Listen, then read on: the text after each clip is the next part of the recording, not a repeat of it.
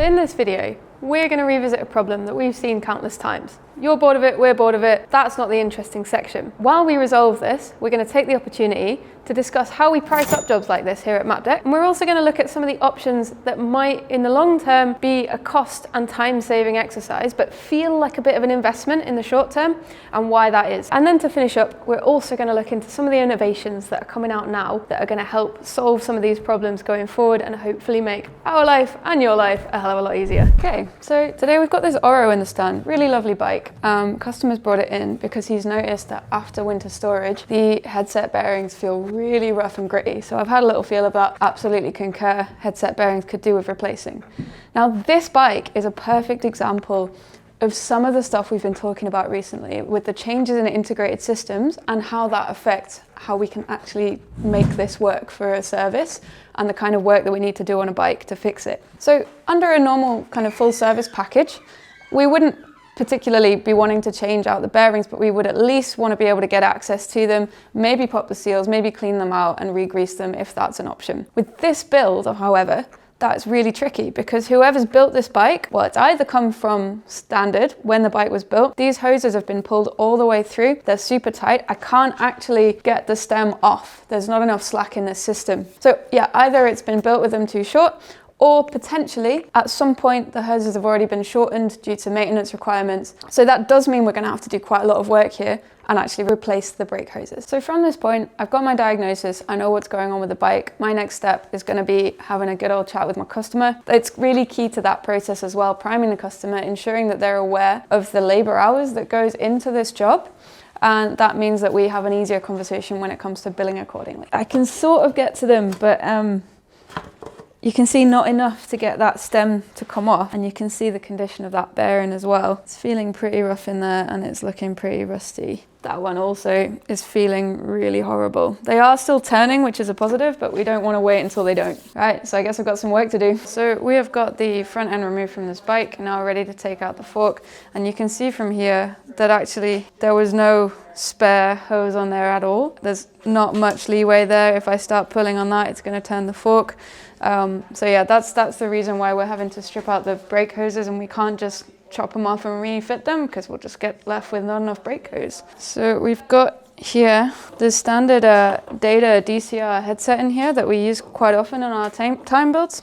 So that's handy. These are just the standard data bearings. You can see that that bottom one, really quite a lot of rust on there. And I can feel that the bearings on the inside are also pretty gritty. But we have managed to source for our customer some replacement bearings in a stainless steel variant. So I'm pretty sure these are new. We've been on the lookout for something like this to replace the data bearing for quite a while. And we've just come across these, which are exactly the same shape with exactly the same chamfer in the stainless steel variation. So hopefully that's going to last our customer a little bit better.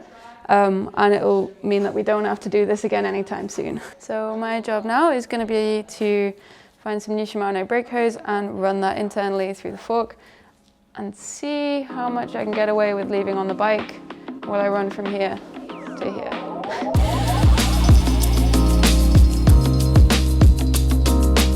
So I'm going to see if I can cheat a little bit and see if I can get around removing the bottom bracket and the cranks by running a fishing wire all the way down the frame. We'll see if it works out. Doesn't always. Depends how tight it is around the bottom. Okay, looking good. So that's come out that end. It remains to be seen whether I can push it back through the other way with some new hose attached or not. So this little access hatch hopefully will give us the clearance that we need to be able to run this hose without too much trouble actually. So thanks to a good piece of design work here by Orro, thanks very much guys, we can actually run this without having to remove the crankset here. Just going to have to do a bit of reorientation to make it run straight. And you can see they have actually dampened the brake hose as well. So that's come out there. I need to reinstall that.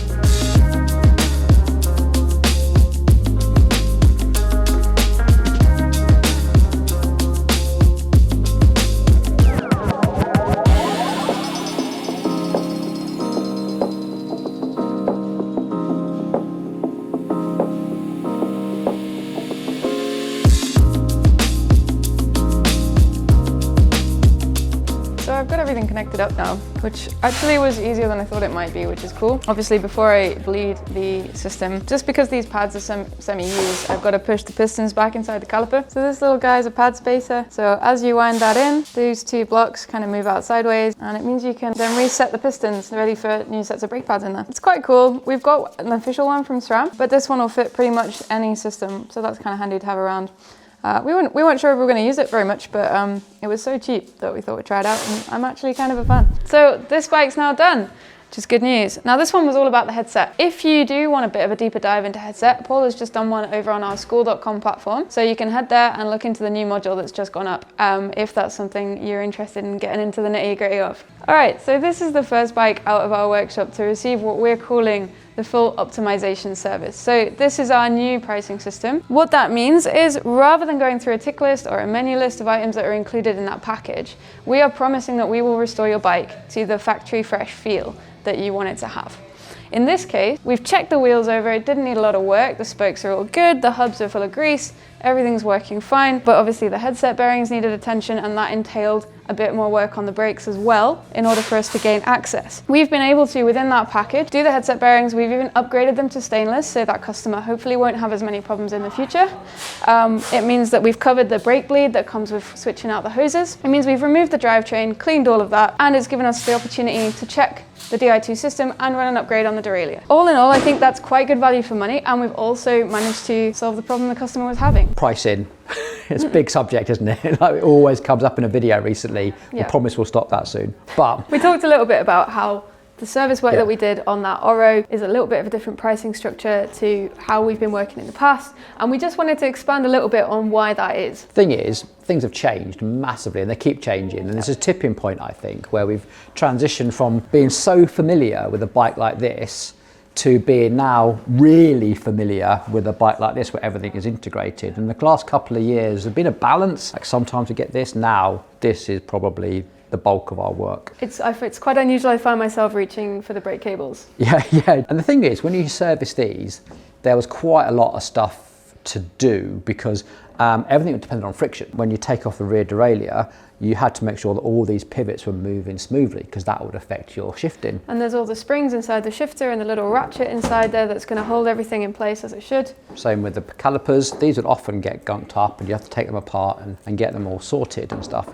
And then obviously your cables would rust. So when you came in for a service with this, it really was, do you know what? It's all got a bit rusty, it's all got a bit sticky, a bit arthritic. Yeah. Let's get it all out, let's clean it all down.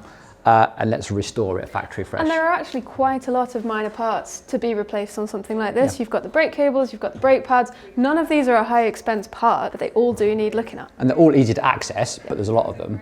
Yeah. Whereas this, like electronics stuff, we don't really do much with these anymore. Change the battery, that's about it. Update the firmware. Front and rear mechs, I mean, they've got a big powerful motor to shift them now. There's a little bit of friction in there, doesn't matter, but they're also weather sealed. Yeah, and as long as you make sure that they're relatively clean, they should continue working for a good while. And hydraulics, clean these off and make sure you just flush the system every now and then, and that's pretty much it. It might all be hidden away, but there's not as much to do. The difference though, I think, is that accessing stuff on this is now harder. So wheel bearings, nearly all radial bearings now, they all need to be pulled out and replaced. You can't just take out your the actual service work of the mechanic has changed to kind of a fit and installation job. There's so many fewer parts that we can actually take out, clean, re-grease and put back in. And then obviously the headset, the story of the decade at the moment is that, oh my God, it seems like every YouTube video out there right now is complaining about this.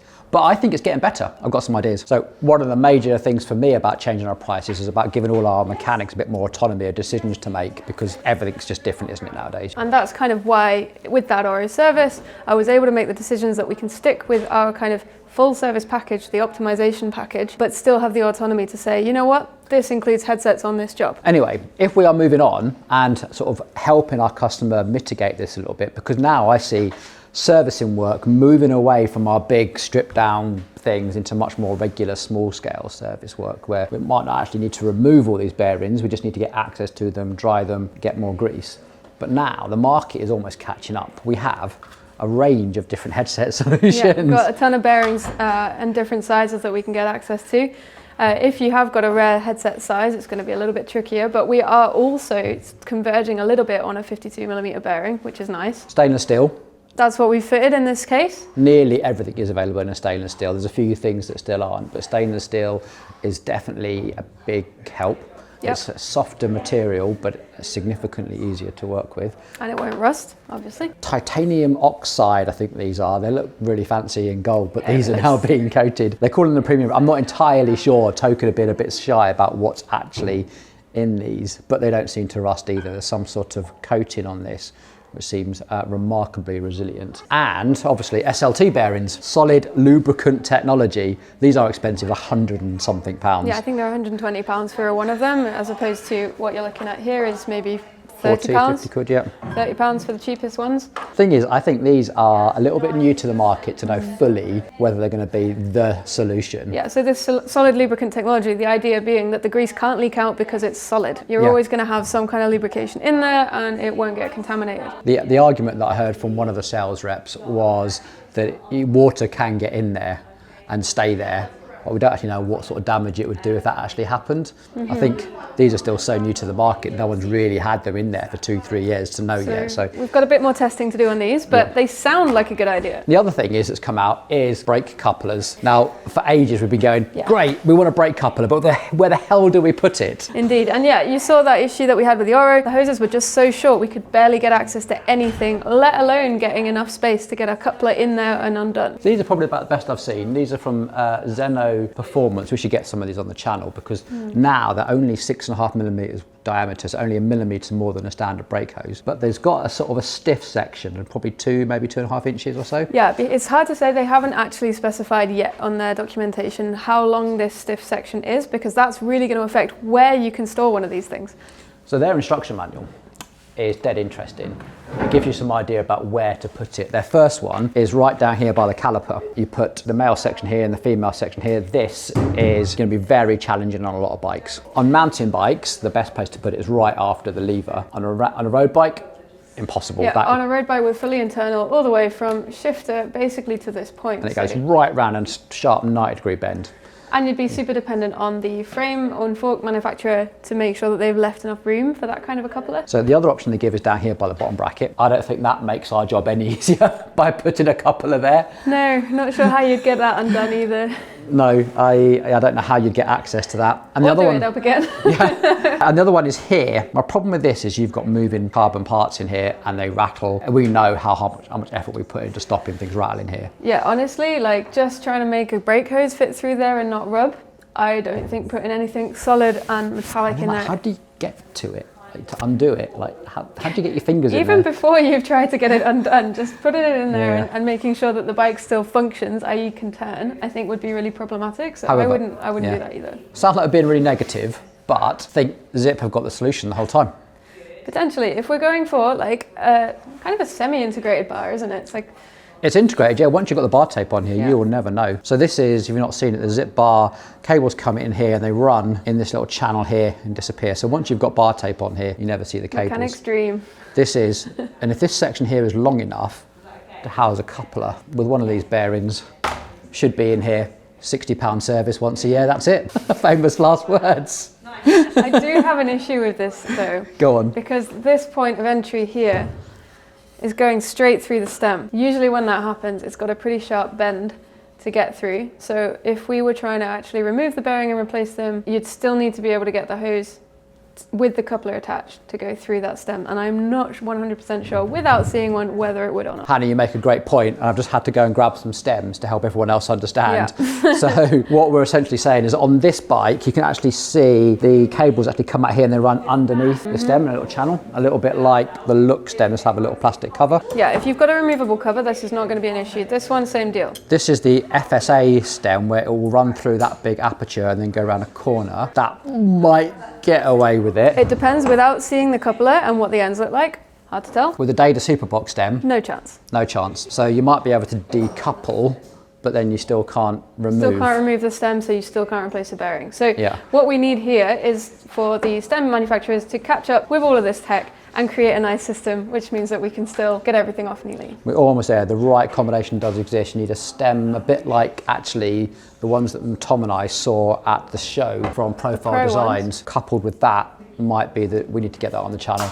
If you want to see that, we're going to work on the ultimate solution to headset serviceability. So keep your eyes peeled. We're maybe going to build a bike here with the ultimate bar, stem, bearing and hose coupler solution that would be like the ultimate in making your maintenance easy. If you want a deep dive into headset bearing solutions, I've just released that module on our school.com account. Head over to there, join up early and you get a discounted rate. If you want to know more about the solutions as we discover them, as they come to market, things are getting better all the time. Yeah, there's a lot of innovation going on in this industry. It's a really exciting time to be around bike. Subscribe to the channel and as soon as we find out, we'll tell you guys.